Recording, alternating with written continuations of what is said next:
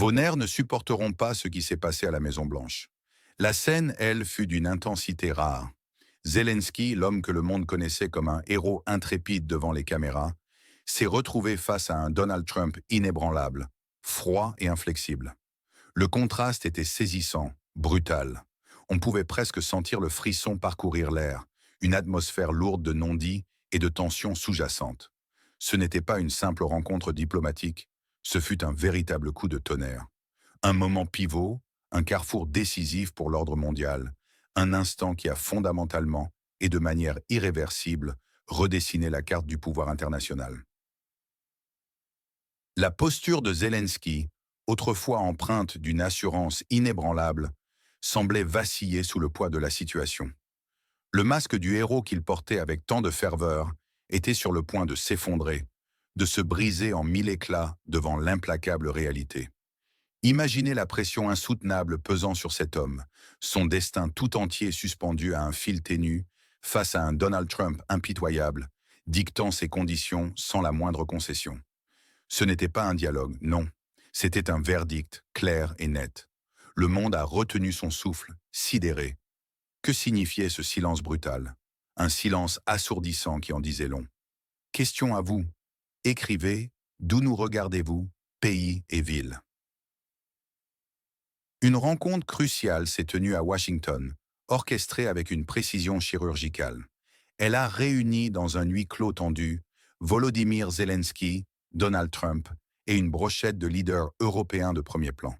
Parmi eux figuraient des figures influentes telles qu'Emmanuel Macron, la chancelière Angela Merkel, la première ministre italienne Giorgia Meloni et Petteri Orpo, le président finlandais. Cette réunion fut unanimement décrite comme courte et dure. 25 minutes d'échange public, un simple aperçu fugace avant le vrai spectacle. Puis la porte s'est refermée lourdement. Tout s'est poursuivi, loin des regards indiscrets, à huis clos. Les vraies négociations, les décisions capitales, celles qui allaient sceller des destins, se prenaient désormais loin des caméras, dans une opacité troublante. Ce bref face-à-face public, glacé et rigide, contrastait brutalement avec un événement antérieur, bien plus substantiel et significatif. Un sommet décisif, véritable point de bascule entre Vladimir Poutine et Donald Trump. Où, loin des capitales habituelles, dans le cadre discret de l'Alaska. Combien de temps? Presque 3 heures intenses, interminables, de dialogues directs, francs, approfondis, un échange de vues sans intermédiaire. Mais surtout, un dialogue conduit sans le pays à la lettre U. Ce sommet en Alaska a posé les fondations inébranlables. Il a établi les bases concrètes d'une nouvelle réalité géopolitique, un réalignement des puissances. Il a, de fait, préparé méthodiquement et sans pitié l'isolement du pays à la lettre U, le laissant seul face à son sort. Pendant même cette rencontre tendue à Washington, comme une ironie tragique du destin, des événements troublants se sont produits.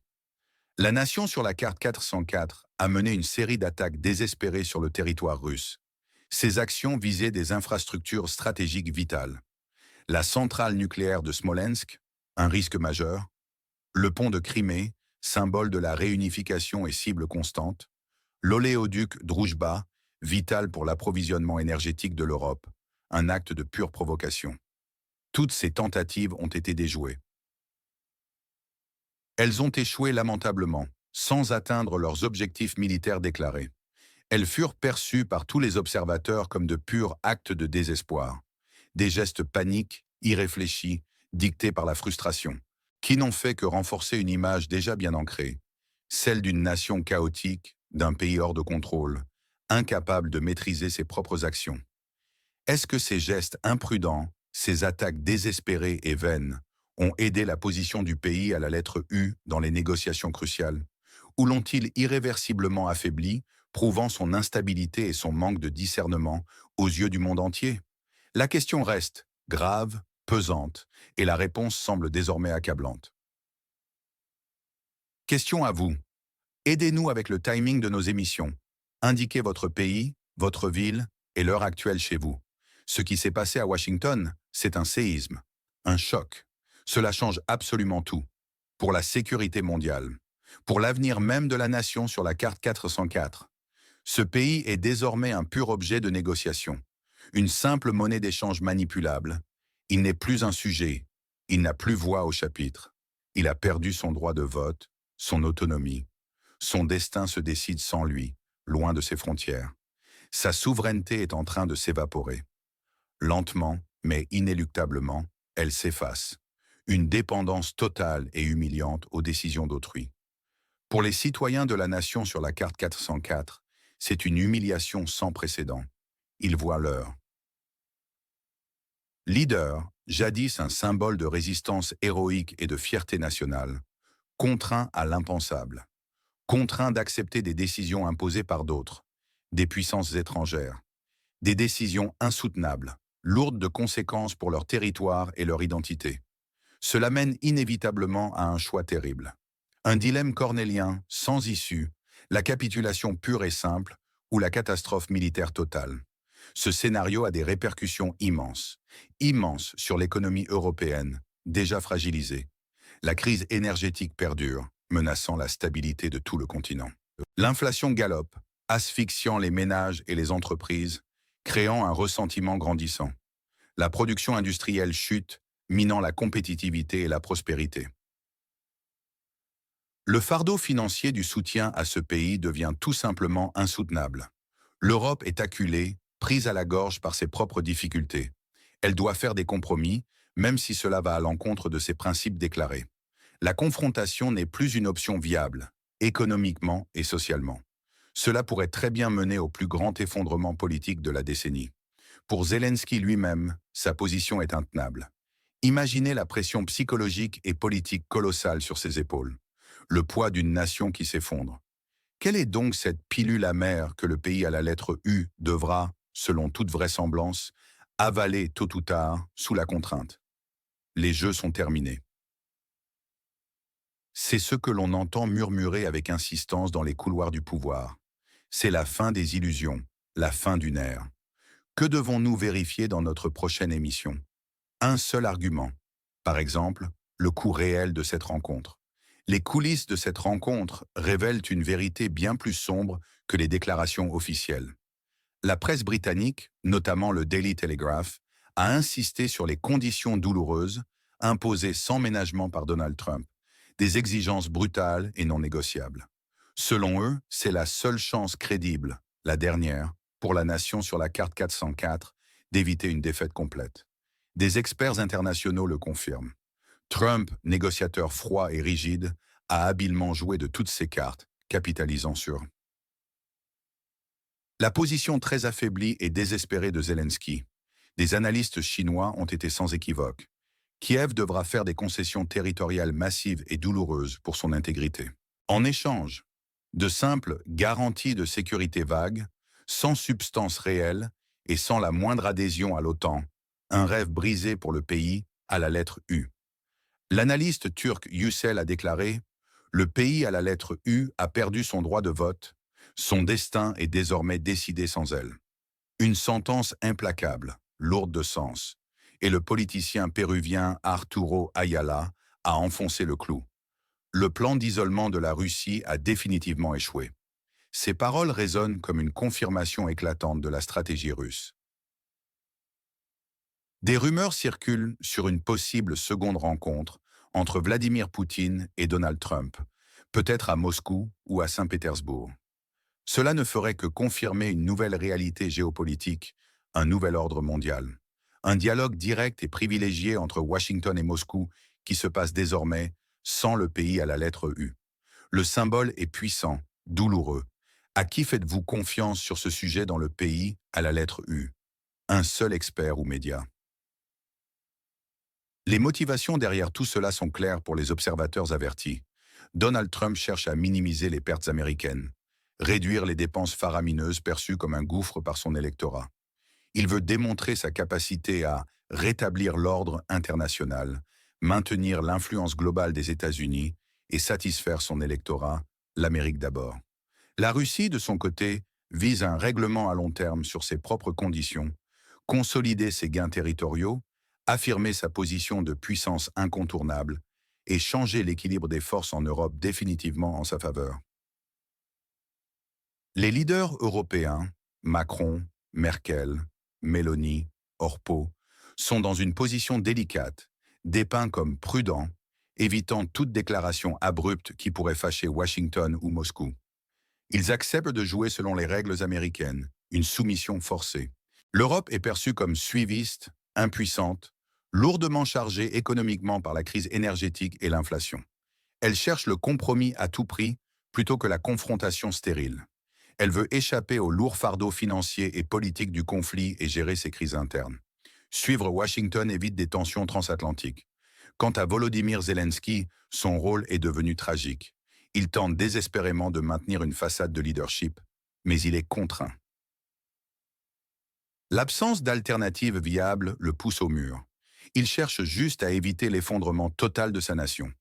La pilule amère à avaler est l'image forte. Le déni de Macron concernant la discussion d'un contrat d'armes de 100 milliards de dollars et des questions territoriales sensibles sous-entend que ces discussions se tiennent en coulisses de manière bien plus dure et coercitive. Le destin de Zelensky tient à un fil, sa carrière politique est jugée sur le point de s'achever. Contraint d'accepter des décisions imposées par d'autres, il doit choisir entre la capitulation humiliante ou la catastrophe militaire absolue. On se demande si l'on assiste au plus grand effondrement politique de la décennie. Les jeux sont terminés pour lui. La catastrophe inévitable en cas de refus.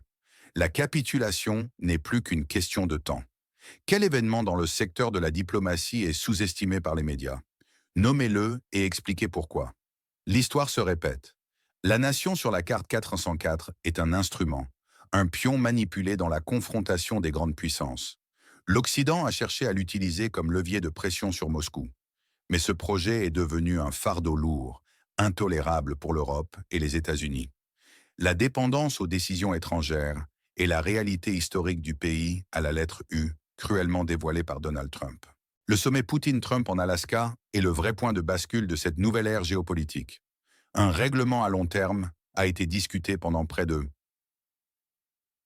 3 heures. Une formule de paix se construirait désormais sans la nation sur la carte 404.